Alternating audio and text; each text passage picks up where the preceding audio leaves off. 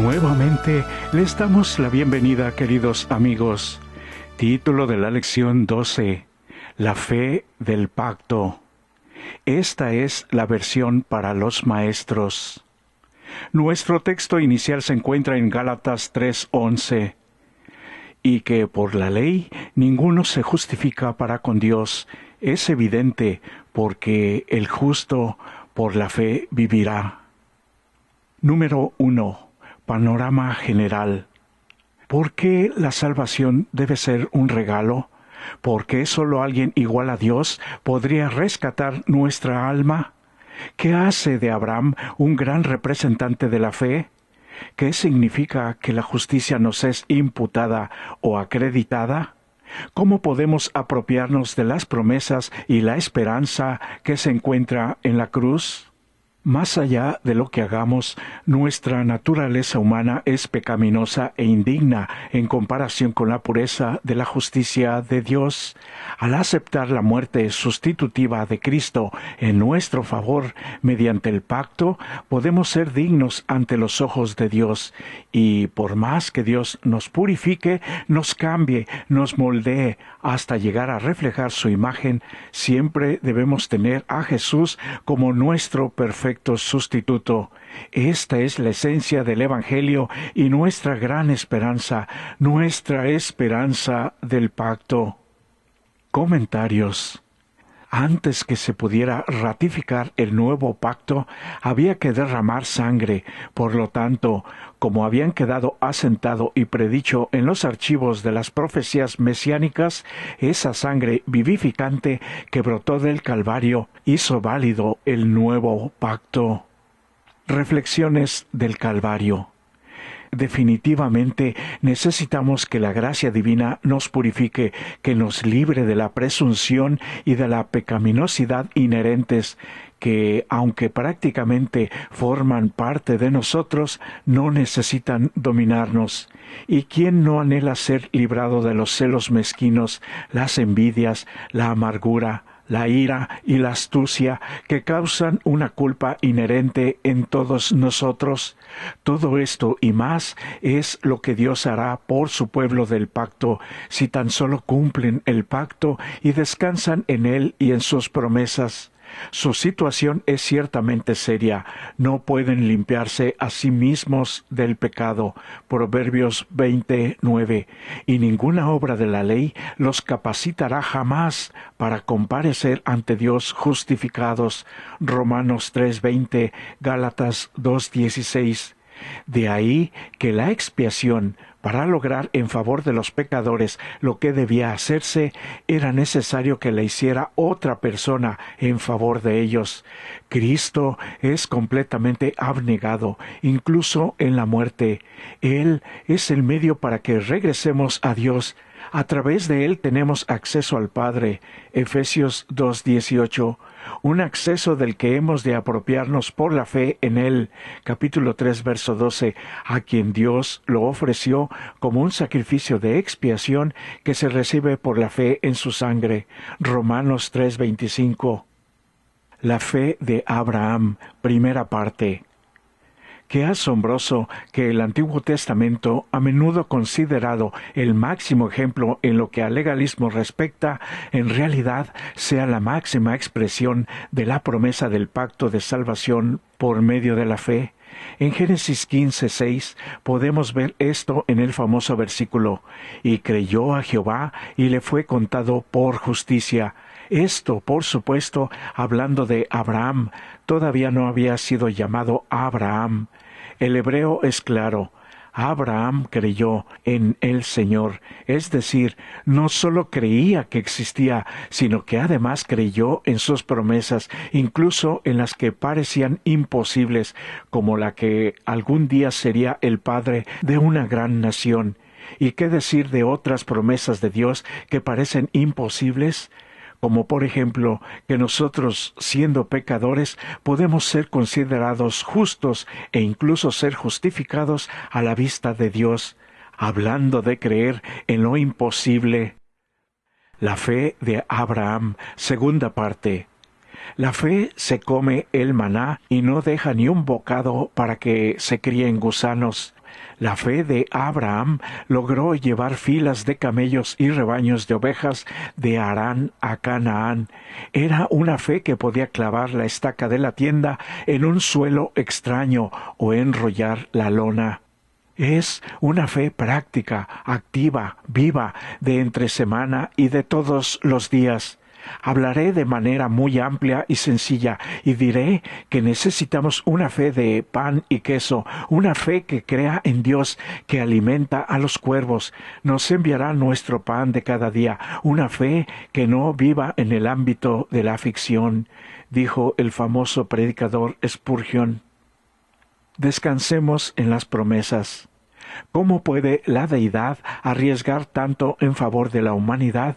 ¿Cómo puede Dios declarar la plenitud, la perfección de gente que, aunque esté en proceso, no la ha alcanzado totalmente? ¿Cómo puede declarar que gente que por naturaleza es inaceptable sea aceptada? ¿Cómo puede la deidad arriesgar su reputación al extender una gracia tan osada? La respuesta es triple. En primer lugar, Dios lo hace porque acepta como perfección nuestras oraciones sinceras y nuestros esfuerzos para alcanzar la madurez espiritual. En segundo lugar, Cristo puede actuar de este modo porque la fe que Él ve en nosotros no es realmente nuestra, es de Él. Él ve su fe en nosotros y honra esa fe. Es nuestra en el sentido de que somos los depositarios de su amor, los objetos de su gracia, pero es suya porque la fe salvífica es de origen divino, no humano. En tercer lugar, Dios actúa con tanta confianza porque en el análisis final no es en nosotros donde el Padre se centra, es en la justicia del manto de Cristo que nos cubre. Aplicaciones a la vida. Para reflexionar, ¿eres salvo? Para responder a esta pregunta es importante comprender qué es la salvación. La salvación es un sustantivo que sugiere acción. Salvar es la raíz, que es un verbo. ¿Qué acción está involucrada en la salvación? Las diferentes religiones ven la salvación de diferentes maneras. Los bautistas sitúan la salvación en el pasado. Es un evento que tuvo lugar en la cruz. Todos los pecados fueron perdonados en ese momento. Los que creen en la predestinación sitúan la salvación en el Santo Concilio, donde ciertas personas fueron designadas para salvarse o perderse. Los católicos romanos ubican la salvación en el futuro. Después de que una persona muere creyendo en Jesús, se purificará en el purgatorio. Estos son puntos de vista puntuales de la salvación. Correctas o no, es lo que creen, pero ¿qué dice la palabra de Dios?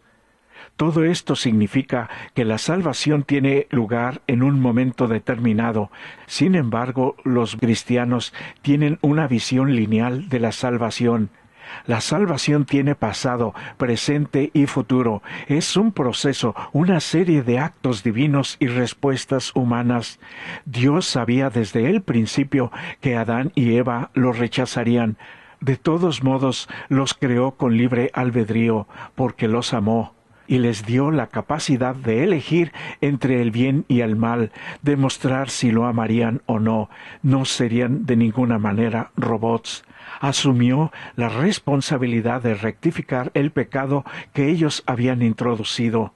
Jesús dio un paso adelante y dijo: experimentaré la segunda muerte en lugar de ellos. Dios estableció un pacto con su pueblo y nunca cambió sus condiciones. Todas las interacciones entre Dios y su pueblo quedaron establecidas en el pacto. Dios ilustró el plan de salvación mediante los servicios del santuario y, finalmente, los complementó mediante el sacrificio de Jesús. La contribución más importante que podemos dar al mundo en este momento es compartir con otros quién es Jesús, lo que hizo, lo que está haciendo y lo que hará. Él no está de vacaciones, ni se toma un descanso de 15 minutos. Ahora mismo es el punto más trascendental de nuestra salvación. ¿Qué significa la salvación para ti? ¿Cuál será tu respuesta cuando alguien te pregunte si eres ya salvo? Las siguientes preguntas son muy importantes. Número 1. Pide a la clase que responda esta pregunta. ¿Eres salvo? Analicen las diversas respuestas y lo que revela sobre cómo nosotros, siendo miembros de iglesia, entendemos el plan de salvación y cómo funciona.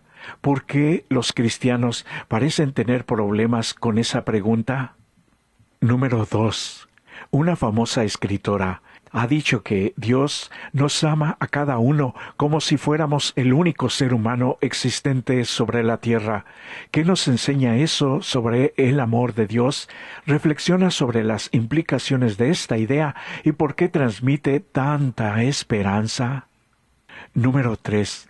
Un pensamiento fundamental de algunos en la época de Cristo era que una persona debe ganarse el favor de Dios. Un pensamiento fundamental de los cristianos es que todo lo que una persona puede hacer es confiar en la palabra de Dios. Considera la diferencia entre estos dos pensamientos y responde, por favor, ¿por qué crees que Pablo puso a Abraham como el mayor ejemplo de fe? Romanos 4, versos del 1 al 8. Número 4. En el estudio de esta semana vimos que cuando las personas repasan su vida antes de morir, ven cuán vanas e inútiles fueron sus obras para ganar la salvación. ¿Cuáles son los elementos de la vida que nos hacen creer que debemos depender más de nosotros mismos que de alguna otra persona u otra cosa? ¿Qué podemos hacer para llevar una vida que diga, Jesús está al mando? ¿Tu vida espiritual cómo refleja quién o qué está al mando? Número 5. Dios no nos abandona por causa de nuestros pecados. Quizás hayamos cometido errores, pero cuando nos arrepentimos y acudimos a Él con corazón contrito y humillado, nunca nos va a rechazar. Hay obstáculos que deben ser removidos, por supuesto. Se han fomentado sentimientos equivocados y ha habido orgullo, autosuficiencia, impaciencia, murmuraciones y presunción. Todo esto nos separa de Dios. Deben confesarse los pecados. Debe haber una obra más profunda de la gracia en el corazón. Los que se sienten débiles y desanimados pueden llegar a ser hombres fuertes en Dios y hacer una noble obra para el Maestro. ¿Cómo podemos aprender a vivir con estas palabras? Número 6. Todos hemos sentido el rechazo y el dolor de una promesa incumplida. No obstante, la Biblia está llena de promesas con las que podemos contar al 100%. Dios no miente, ni tampoco nos va a fallar. Sin embargo, somos nosotros los que en desobediencia abandonamos nuestra relación de pacto. Al conocer el dolor de una relación rota, ¿qué podemos hacer para asegurarnos de no dar por sentada nuestra relación de pacto con Dios?